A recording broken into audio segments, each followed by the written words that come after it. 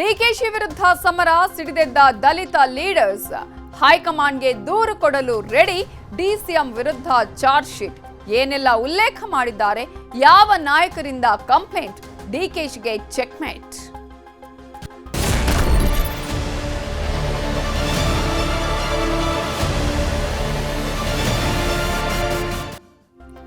ಕಾಂಗ್ರೆಸ್ನಲ್ಲಿ ಬಣ ರಾಜಕೀಯ ಮುಗಿಯುವ ಲಕ್ಷಣಗಳು ಕಾಣಿಸ್ತಾ ಇಲ್ಲ. ಡಿಕೆಶಿ ವಿರುದ್ಧ ದಲಿತ ಲೀಡರ್ಸ್ ಈಗ ಕೊತ ಅಂತ ಕುದಿತಾ ಇದ್ದಾರೆ.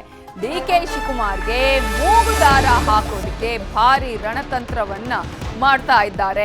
ಬಣ ರಾಜಕೀಯ ಕಾಂಗ್ರೆಸ್ನಲ್ಲೂ ಮುಗಿತಾ ಇಲ್ಲ. ಡಿಕೆ ಶಿವಕುಮಾರ್ ವಿರುದ್ಧ ಇದೀಗ ದಲಿತ ಲೀಡರ್ಸ್ ನಿಗಿ ಕೆಂಡ ಕಾರ್ತಾ ಇದ್ದಾರೆ. ಡಿಕೆಶಿಗೆ ಮೂಗುದಾರ ಹಾಕೋದಕ್ಕೆ ಭಾರಿ ರಣತಂತ್ರ ನಡೀತಾ ಇದೆ.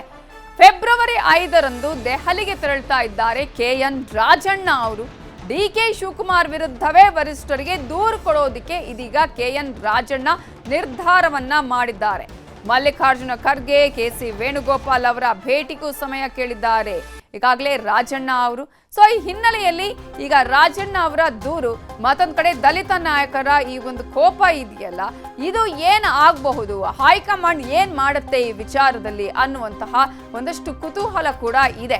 ಈಗ ಬಿಜೆಪಿಲೂ ಬಣ ರಾಜಕೀಯ ಮುಗಿತಾ ಇಲ್ಲ, ಕಾಂಗ್ರೆಸ್ನಲ್ಲೂ ಕೂಡ ಅಧಿಕಾರದಲ್ಲಿದ್ರು ಕೂಡ ಬಣ ರಾಜಕೀಯ ಮುಗಿತಾ ಇಲ್ಲ.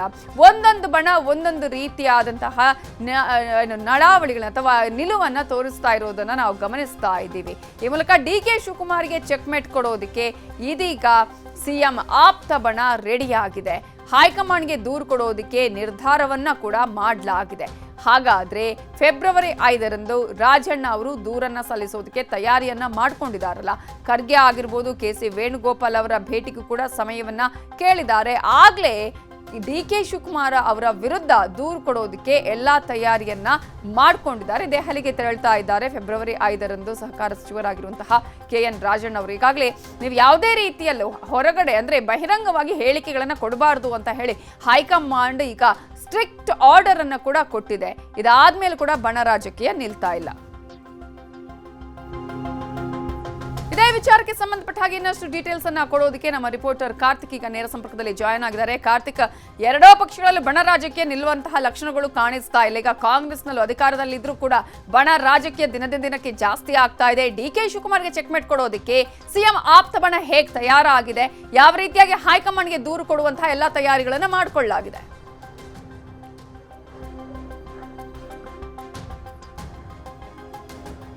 ಖಂಡಿತವಾಗಿಯೂ ಕೂಡ ಕಾಂಗ್ರೆಸ್ನಲ್ಲಿ ಬಣ ರಾಜಕಾರಣ ಇತ್ತೀಚಿನ ದಿನಗಳಲ್ಲಿ ವ್ಯಾಪಕವಾಗಿ ಅಂದ್ರೆ ಹೆಚ್ಚಿನ ಪ್ರಮಾಣದಲ್ಲಿ ಬಹಿರಂಗಗೊಳ್ತಾ ಇದೆ ಅಂತಲೇ ಹೇಳ್ಬೋದು. ಯಾವಾಗ ಮಲ್ಲಿಕಾರ್ಜುನ್ ಖರ್ಗೆ ಅವರು ಬಹಿರಂಗ ಹೇಳಿಕೆಗಳಿಗೆ ಕಡಿವಾಣ ಹಾಕೋಕೆ ಮುಂದಾದ್ರೂ ಯಾರು ಕೂಡ ಬಹಿರಂಗ ಹೇಳಿಕೆಗಳನ್ನು ಕೊಡಬಾರ್ದು ಅನ್ನುವಂತ ಒಂದು ಮಾತನ್ನ ಹೇಳಿದ್ರು. ಅದಾದ ನಂತರ ಸೈಲೆಂಟ್ ಆಗಿದ್ದಂತ ಕೆಲ ನಾಯಕರುಗಳು ಈಗ ಹೈಕಮಾಂಡ್ಗೆ ಭೇಟಿಯನ್ನ ಮಾಡಿ ಹೈಕಮಾಂಡ್ ಮೂಲಕವಾಗಿಯೇ ಡಿಕೆಶಿ ಅವರನ್ನ ಹಣೆಯುವಂತ ಒಂದು ತಂತ್ರಕ್ಕೆ ಮುಂದಾದ್ರ ಅನ್ನುವಂತ ಒಂದು ಪ್ರಶ್ನೆಯೂ ಕೂಡ ಉದ್ಭವ ಆಗ್ತಾ ಇದೆ. ಫೆಬ್ರವರಿ 5 ಮತ್ತು 6ರಂದು ಕೆಎನ್ ರಾಜಣ್ಣ, ಸಹಕಾರಿ ಸಚಿವರಾಗಿರುವಂತಹ ಕೆಎನ್ ರಾಜಣ್ಣ ಅವರು ದೆಹಲಿಗೆ ತೆರಳುತ್ತಾ ಇದ್ದಾರೆ. ಈಗಾಗಲೇ ಹೈಕಮಾಂಡ್ ನ ಅಂದ್ರೆ ಭೇಟಿಗೆ ಅವಕಾಶವನ್ನು ಕೂಡ ರಾಜಣ್ಣ ಅವರು ಕೇಳಿದ್ದಾರೆ ಅನ್ನುವಂಥದ್ದು ಕೂಡ ಮಾಹಿತಿ ಈಗ ಲಭ್ಯ ಆಗಿದೆ. ನಿನ್ನೆ ರಾಜಣ್ಣ ಅವರು ಕೂಡ ಮಾತನಾಡುವಂತ ಸಂದರ್ಭದಲ್ಲೂ ಕೂಡ ಈ ಒಂದು ವಿಚಾರವನ್ನ ಅವರು ಬಹಿರಂಗಗೊಳಿಸಿದ್ರು. ಇಲ್ಲಿ ಪ್ರಮುಖವಾಗಿ ಗಮನಿಸಬೇಕಾಗಿರುವಂತದ್ದು ಅಂದ್ರೆ MLCಗೆ ನಾಮನಿರ್ದೇಶನವನ್ನು ಮಾಡಬೇಕಾಗಿದೆ.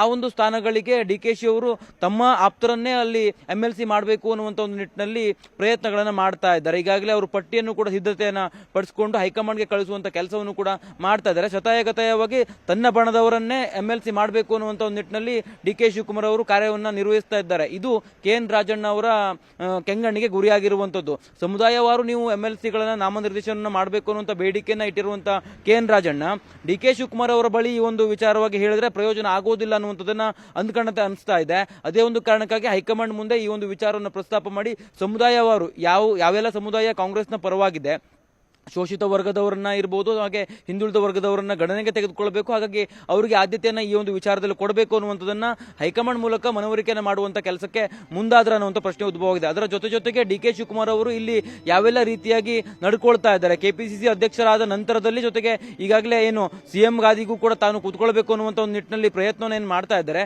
ಅದರ ಜೊತೆಗೆ ಉಳಿದಂತ ನಾಯಕರು ಸಿಎಂ ಬಣದಲ್ಲಿ ಗುರುತಿಸಿಕೊಂಡಿರ್ತಕ್ಕಂಥ ನಾಯಕರುಗಳಿಗೆ ಯಾವೆಲ್ಲ ರೀತಿಯ ಒಂದು ತೊಂದರೆಗಳಾಗ್ತಾ ಇದೆ ಡಿಕೆ ಶಿವಕುಮಾರ್ ಅವರಿಂದ, ಅದೆಲ್ಲ ವಿಚಾರ ವಿಚಾರವನ್ನು ಕೂಡ ಪ್ರಸ್ತಾಪ ಮಾಡುವಂತಿರಬಹುದು. ಜೊತೆಗೆ ಇನ್ನೆಲ್ಲಾದ್ರೂ ಸಚಿವ ಸಂಪುಟ ವಿಸ್ತರಣೆ ಆದಂತಹ ಪಕ್ಷದಲ್ಲಿ ತನ್ನನ್ನ ಕೈ ಬಿಡುವಂತ ಸಾಧ್ಯತೆಗಳು ಕೂಡ ಇರುವಂತಹ ಹಿನ್ನೆಲೆಯಲ್ಲಿ ನಾನು ಮುಂದಿನ ಚುನಾವಣೆಗೆ ಸ್ಪರ್ಧೆನ ಮಾಡೋದಿಲ್ಲ, ಹಾಗಾಗಿ ಕಂಟಿನ್ಯೂ ಮಾಡಿ ನನ್ನನ್ನು ಅನ್ನುವಂತ ಒಂದು ಬೇಡಿಕೆಯನ್ನು ಕೂಡ ಹೈಕಮಾಂಡ್ ಮುಂದೆ ಇಡೋದಕ್ಕೆ KN ರಾಜಣ್ಣ ಅವರು ಸಿದ್ಧರಾಗಿದ್ದಾರೆ. ಅದೇ ಒಂದು ವಿಚಾರವಾಗಿ ಸುದೀರ್ಘವಾಗಿ ಪತ್ರವನ್ನು ಬರೆಯುವಂಥದ್ದು ಇರ್ಬೋದು. ಜೊತೆಗೆ ಅವರನ್ನ ಭೇಟಿ ಮಾಡಿ ಈ ಎಲ್ಲ ವಿಚಾರವನ್ನ ಮುಂದಿಟ್ಟುಕೊಂಡು ಅಂದ್ರೆ MLC ವಿಚಾರವಾಗಿ ಕೂಡ ಪ್ರಮುಖವಾಗಿ ಅವರು ಪ್ರಸ್ತಾಪ ಮಾಡ್ತಾರೆ ಅನ್ನುವಂಥದ್ದು ಕೂಡ ಈಗ ಬಂದಿರುವಂತ ಮಾಹಿತಿ. ಹಾಗಾಗಿ ಸಮುದಾಯವಾರು ಪ್ರಾಶಸ್ತ್ಯವನ್ನು ಕೊಡಬೇಕು. ಜೊತೆಗೆ MLC ಆಗಿ ಯಾರ್ಯಾರನ್ನ ನಾಮನಿರ್ದೇಶನ ಮಾಡಬೇಕಾಗಿದೆ ಅಲ್ಲಿ DKಶಿ ಬಣದವರನ್ನೇ ಅಲ್ಲಿ ಮಾಡಬಾರ್ದು.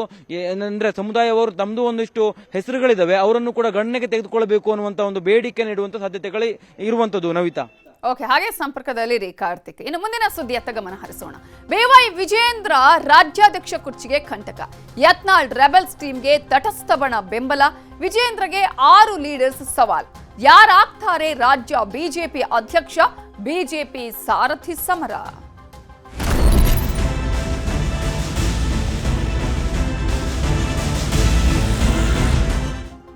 ಕಾಂಗ್ರೆಸ್ನಲ್ಲಿ ಬಣ ರಾಜಕೀಯ ನೋಡಿದ್ವಿ, ಬಿಜೆಪಿಯಲ್ಲಂತೂ ಮುಗಿಯುವ ಲಕ್ಷಣವನ್ನೇ ಕಾಣಿಸ್ತಾ ಇಲ್ಲ. ರಾಜ್ಯಾಧ್ಯಕ್ಷರ ಕುರ್ಚಿಯ ಕಿತ್ತಾಟ ದಿನದಿಂದ ದಿನಕ್ಕೆ ತಾರಕಕ್ಕೇರ್ತಾ ಇದೆ. ವಿಜೇಂದ್ರ ಅವರ ಕುರ್ಚಿಗೆ ರೆಬೆಲ್ಸ್ ಕಾಟವನ್ನ ಕೊಡ್ತಾನೆ ಇರೋದು ಹಲವು ದಿನಗಳಿಂದಲೂ ನಾವು ಗಮನಿಸ್ತಾ ಇದ್ದೀವಿ. ಇದೀಗ ಆ ಟೀಮ್ಗೆ ಮತ್ತೊಂದು ಟೀಮ್ ಸಪೋರ್ಟ್ ಕೊಡ್ತಾ ಇದೆ, ಅದು ತಟಸ್ಥ ಬಣ. ತಟಸ್ಥ ಬಣ ಕೂಡ ಈಗ ಈ ಬಂಡಾಯ ಟೀಮ್ಗೆ ಬೆಂಬಲವನ್ನ ನೀಡ್ತಾ ಇದೆ. 23 ಜಿಲ್ಲೆಗಳಿಗೆ ಜಿಲ್ಲಾಧ್ಯಕ್ಷ ನೇಮಕವನ್ನ ಮಾಡಿದ್ರಲ್ಲ ವಿಜೇಂದ್ರ ಅವರು, ಸೊ ಆ ವಿಚಾರದಲ್ಲಿ ವಿರೋಧವನ್ನ ಈ ತಟಸ್ಥ ಬಣ ಈಗ ವ್ಯಕ್ತಪಡಿಸ್ತಾ ಇದೆ. ಕೆಲವರನ್ನ ಬದಲಾವಣೆ ಮಾಡಿ ಅಂತ ಹೇಳಿ ತಟಸ್ಥ ಬಣ ಒಂದಷ್ಟು ಆಗ್ರಹವನ್ನ ಮಾಡಿತ್ತು.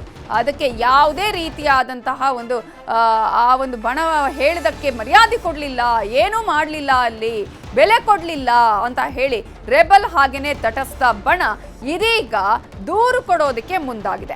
ರಾಜ್ಯ ಉಸ್ತುವಾರಿ ರಾಧಾ ಮೋಹನ್ ದಾಸ್ಗೆ ದೂರು ನೀಡೋದಕ್ಕೆ ಮುಂದಾಗಿದ್ದು, ರೆಬಲ್ ಹಾಗೂ ತಟಸ್ಥ ಬಣಕ್ಕೆ ಬೆಲೆ ಕೊಡ್ಲಿಲ್ಲ ಅನ್ನುವ ಕಾರಣಕ್ಕಾಗಿ ವಿಜೇಂದ್ರ ಅವರು ರಾತ್ರೋರಾತ್ರಿ ಪಟ್ಟಿಯನ್ನ ಫೈನಲ್ ಮಾಡಿ ಹೈಕಮಾಂಡ್ಗೆ ರವಾನೆ ಮಾಡಿದ್ರು ಅನ್ನುವ ಕಾರಣಕ್ಕಾಗಿ ವಿಜೇಂದ್ರ ನಡೆಗೆ ತಟಸ್ಥ ಬಣವು ಭಾರಿ ವಿರೋಧವನ್ನ ವ್ಯಕ್ತಪಡಿಸಿದೆ. ರಾಜ್ಯಾಧ್ಯಕ್ಷರ ರೇಸ್ಗೆ ತಟಸ್ಥ ಬಣದಿಂದ ಸ್ಪರ್ಧೆ ಮಾಡುವ ಎಲ್ಲಾ ಚಾನ್ಸಸ್ ಕಾಣಿಸ್ತಾ ಇದೆ.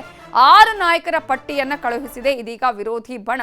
ಸೋಮಣ್ಣ, ಬೊಮ್ಮಾಯಿ, ಬೆಲ್ಲದ ಹೆಸರು ಕೂಡ ಈಗ ರೆಬೆಲ್ಸ್ ಟೀಮ್ ಅಲ್ಲಿ ಕೂಡ ಹೆಸರನ್ನ ಉಲ್ಲೇಖ ಮಾಡಿದ್ದಾರೆ. ಇವರು ಯಾರನ್ನಾದ್ರೂ ರಾಜ್ಯಾಧ್ಯಕ್ಷ ಸ್ಥಾನಕ್ಕೆ ಮಾಡಬಹುದು ಅಂತ ಹೇಳಿ. ತಟಸ್ಥ ಟೀಮ್ ಕೂಡ ಇಲ್ಲಿ ಸ್ಪರ್ಧೆ ಮಾಡುತ್ತಾ.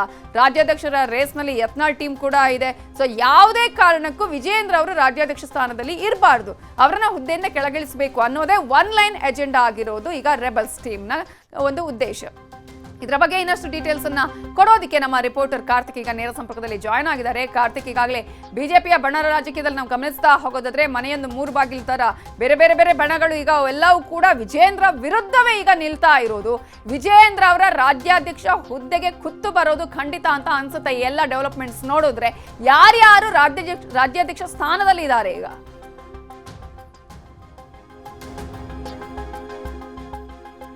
ಖಂಡಿತ ನವಿತಾ, ವಿಜೇಂದ್ರ ಅವರು ರಾಜ್ಯಾಧ್ಯಕ್ಷರಾಗಿ ಆಯ್ಕೆಯಾದ ನಂತರದಿಂದಲೂ ಕೂಡ ಅಪಸ್ವರಗಳು ಬಿಜೆಪಿಯಲ್ಲಿ ಕೇಳಿ ಬರ್ತಾನೆ ಇತ್ತು. ಅದರಲ್ಲೂ ಅವರ 1 ವರ್ಷದ ಅವಧಿ ಮುಕ್ತಾಯ ಆದಂತೆ ಮರು ಆಯ್ಕೆಯನ್ನ ಅವರು ಬಯಸಿದ್ರೆ ಇತರರು ಅಂದ್ರೆ ತಟಸ್ಥ ಬಣ ಇರಬಹುದು, ರೆಬಲ್ಸ್ಗಳು ಈಗ ಅದಕ್ಕೆ ಎಲ್ಲೋ ಒಂದ್ ಕಡೆ ವಿಜೇಂದ್ರ ಅವರನ್ನ ಯಾವುದೇ ಕಾರಣಕ್ಕೂ ಕೂಡ ರಾಜ್ಯಾಧ್ಯಕ್ಷರಾಗಿ ಮುಂದುವರಿಸಬಾರದು ಅನ್ನುವಂತ ಒಂದು ಬೇಡಿಕೆಯನ್ನು ಹೈಕಮಾಂಡ್ ಮುಂದೆ ಇಟ್ಟಿದ್ದಾರೆ ಅನ್ನುವಂಥದ್ದು ಈಗ ಮೂಲಗಳಿಂದ ಮಾಹಿತಿ ಬರ್ತಾ ಇರುವಂತದ್ದು. ಯಾಕೆ ಅಂತಂದ್ರೆ ಇಲ್ಲಿ ಪ್ರಮುಖವಾಗಿ ಗಮನಿಸಬೇಕು, ಇತ್ತೀಚಿನ ದಿನಗಳಲ್ಲಿ 23 ಜಿಲ್ಲಾಧ್ಯಕ್ಷರ ಪಟ್ಟಿಯನ್ನ ಘೋಷಣೆಯನ್ನ ಮಾಡಿದ್ರು ಬಿಜೆಪಿ.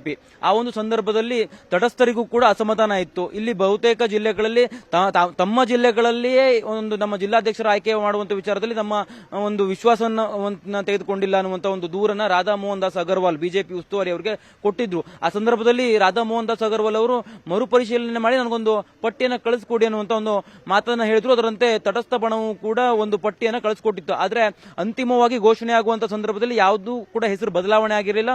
ವಿಜೇಂದ್ರ ಅವರ ಕೈಯೇ ಮೇಲ್ಗೈ ಆಗಿತ್ತು. ಜೊತೆಗೆ ವಿಜೇಂದ್ರ ಅವರು ಯಾರೆಲ್ಲ ಸೂಚನೆ ಮಾಡಿದ್ರು ಅವರೇ ಅಲ್ಲಿ ಜಿಲ್ಲಾಧ್ಯಕ್ಷರಾಗಿ ಘೋಷಣೆ ಆಗಿತ್ತು. ಇದೇ ಒಂದು ಕಾರಣಕ್ಕಾಗಿ ತಟಸ್ಥ ಬಣವು ಕೂಡ ವಿಜೇಂದ್ರ ಅವರ ವಿರುದ್ಧ ನಿಂತಿದೆ, ರೆಬಲ್ಸ್ಗಳ ಜೊತೆಗೆ ಕೈ ಜೋಡಿಸಿದೆ. ಬಹುತೇಕವಾಗಿ ಹೈಕಮಾಂಡ್ಗೆ 6 ಜನರ ಪಟ್ಟಿಯನ್ನು ಕೂಡ ತಟಸ್ಥ ಬಣ ಕಳಿಸಿರುವಂತದ್ದು. ರಾಜ್ಯಾಧ್ಯಕ್ಷರಾಗಿ ನೀವು ಆಯ್ಕೆ ಮಾಡುವಂತ ಮಾಡುವಂತದ್ದಾದ್ರೆ, ಚುನಾವಣೆಯನ್ನು ನಡೆಸದೆ ನೀವು ರಾಜ್ಯಾಧ್ಯಕ್ಷರನ್ನ ಆಯ್ಕೆ ಮಾಡದೆ ಆದ್ರೆ ಈ ಒಂದು 6 ಜನ ನಾಯಕರಲ್ಲೇ ಯಾರಾದ್ರೂ ಒಬ್ಬರನ್ನ ಮಾಡಿ, ಇಲ್ಲಿ ಬಹುತೇಕರಿಗೆ ಇವ್ರ ಮೇಲೆ ಬೆಂಬಲ ಇದೆ, ಇವ್ರ ಮೇಲೆ ವಿಶ್ವಾಸ ಇದೆ ಅನ್ನುವಂತ ಒಂದು ಹೇಳಿಕೆಯನ್ನ ಕೊಡುವ ಮೂಲಕವಾಗಿ ಜೊತೆಗೆ ಆ ಒಂದು ಪಟ್ಟಿಯನ್ನು ಕೂಡ ರವಾನಿಸಿರುವಂತದ್ದು. ಅರವಿಂದ್ ಬೆಲ್ಲದ್ ಇರಬಹುದು, ಬಸವರಾಜ ಬೊಮ್ಮಾಯಿ ಇರಬಹುದು, ಹಾಗೆ ಯತ್ನಾಳ್ ಸೇರಿದಂತೆ ಕುಮಾರ್ ಬಂಗಾರಪ್ಪ ಇವರೆಲ್ಲರನ್ನ ಒಳಗೊಂಡಿರತಕ್ಕಂತ ಒಂದು ಪಟ್ಟಿಯನ್ನ ಹೈಕಮಾಂಡ್ಗೆ ಕಳುಹಿಸಲಾಗಿದೆ. ಸೋಮಣ್ಣ ಅವರ ಹೆಸರು ಕೂಡ ಒಂದು ಪಟ್ಟಿಯಲ್ಲಿ ಇರುವಂತದ್ದು. ಜೊತೆಗೆ ಇಲ್ಲಿ ಗಮನಿಸಬೇಕಾಗಿರುವಂತದ್ದು, ರೆಬಲ್ ನಾಯಕರು ಆಕ್ರೋಶವನ್ನು ಹೊರ ಹಾಕ್ತಾ ಇದ್ರು. ಯಾವುದೇ ಕಾರಣಕ್ಕೂ ಕೂಡ ವಿಜೇಂದ್ರ ಅವರನ್ನ ಮರು ಆಯ್ಕೆ ಮಾಡಬಾರದು, ನಾವು ಒಪ್ಪೋದೇ ಇಲ್ಲ ಅನ್ನುವಂತ ಒಂದು ಮಾತನ್ನ ಹೇಳ್ತಾ ಇದ್ರು. ಆದ್ರೆ ತಟಸ್ಥ ಬಣ ಎಲ್ಲೂ ಕೂಡ ಬಹಿರಂಗವಾಗಿ ಹೇಳಿಕೆಯನ್ನ ಕೊಡ್ತಾ ಇರಲಿಲ್ಲ. ಆದ್ರೆ ತಟಸ್ಥರು ಕೂಡ ಈಗ ಆಕ್ರೋಶವನ್ನು ಹೊರ ಹಾಕ್ತಾ ಇದ್ದಾರೆ. ವಿಜೇಂದ್ರ ಅವರು ನಮ್ಮ ಒಂದು ಹೇಳಿಕೆಗಳಿಗೆ, ನಮ್ಮ ಒಂದು ಅಭಿಪ್ರಾಯಗಳಿಗೆ ಮನ್ನಣೆಯನ್ನ ಕೊಡ್ತಾ ಇಲ್ಲ. ಕೋರ್ ಕಮಿಟಿ ಸದಸ್ಯರಾಗಿದ್ರು ಕೂಡ ನಾವು ಒಂದು ಜಿಲ್ಲಾಧ್ಯಕ್ಷರ ನೇಮಕ ವಿಚಾರದಲ್ಲೂ ಕೂಡ ನಮ್ಮ ಅಭಿಪ್ರಾಯಕ್ಕೆ ಇಲ್ಲಿ ಮನ್ನಣೆ ಸಿಗ್ತಾ ಇಲ್ಲ. ಹಾಗಾದ್ರೆ ಯಾಕೆ ನಾವು ಇಲ್ಲಿ ಪಕ್ಷ ಸಂಘಟನೆಯನ್ನ ಮಾಡಬೇಕು ಅನ್ನುವಂತ ಒಂದು ಬೇಸರ ಅವರಲ್ಲಿ ಇದ್ದಂತೆ ಕಾಣಿಸ್ತದೆ. ಅದೇ ಒಂದು ಕಾರಣಕ್ಕಾಗಿ ವಿಜೇಂದ್ರ ಅವರನ್ನ ಶತಾಯಗತಾಯವಾಗಿ ಕೆಳಗಿಳಿಸಲೇಬೇಕು ಅನ್ನುವಂತ ಒಂದು ನಿರ್ಣಯವನ್ನ ರೆಬಲ್ಸ್ ಗಳ ಜೊತೆಗೆ ಈಗ ತಟಸ್ಥ ಬಣವು ಕೂಡ ತೆಗೆದುಕೊಂಡಿದೆ ಅಂತಲೇ ಹೇಳ್ಬೋದು. ಅದೇ ಒಂದು ಕಾರಣಕ್ಕಾಗಿ ಈಗಾಗಲೇ ಹೈಕಮಾಂಡ್ ಮುಂದೆ ಬೇಡಿಕೆ ಇಟ್ಟಿದ್ದಾರೆ. ಹೈಕಮಾಂಡ್ ಮುಂದೆ ಬೇಡಿಕೆ ಇಡುವುದರ ಜೊತೆಗೆ ಅವರನ್ನ ಭೇಟಿ ಮಾಡೋದಕ್ಕೂ ಕೂಡ ಅವಕಾಶವನ್ನ ಕೇಳಿದ್ದಾರೆ ಅನ್ನುವಂತ ಒಂದು ಮಾಹಿತಿಯು ಕೂಡ ಸಿಕ್ಕಿರುವಂತದ್ದು. ಇನ್ನೇನು ಕೆಲವೇ ದಿನಗಳಲ್ಲಿ ರೆಬಲ್ಸ್ ನಾಯಕರು ದೆಹಲಿಯಲ್ಲಿ ಸಭೆಯನ್ನ ಮಾಡ್ತಾರೆ. ಆ ಒಂದು ಸಭೆಯ ಸಂದರ್ಭದಲ್ಲಿ ತಟಸ್ಥ ನಾಯಕರು ಕೂಡ ಅಲ್ಲಿ ಉಪಸ್ಥಿತಿ ಇದ್ರು. ಹೈಕಮಾಂಡ್ ನಾಯಕರ ಭೇಟಿ ವೇಳೆ ಅವರೊಂದಿಗೆ ಕೈ ಜೋಡಿಸುವಂತಹ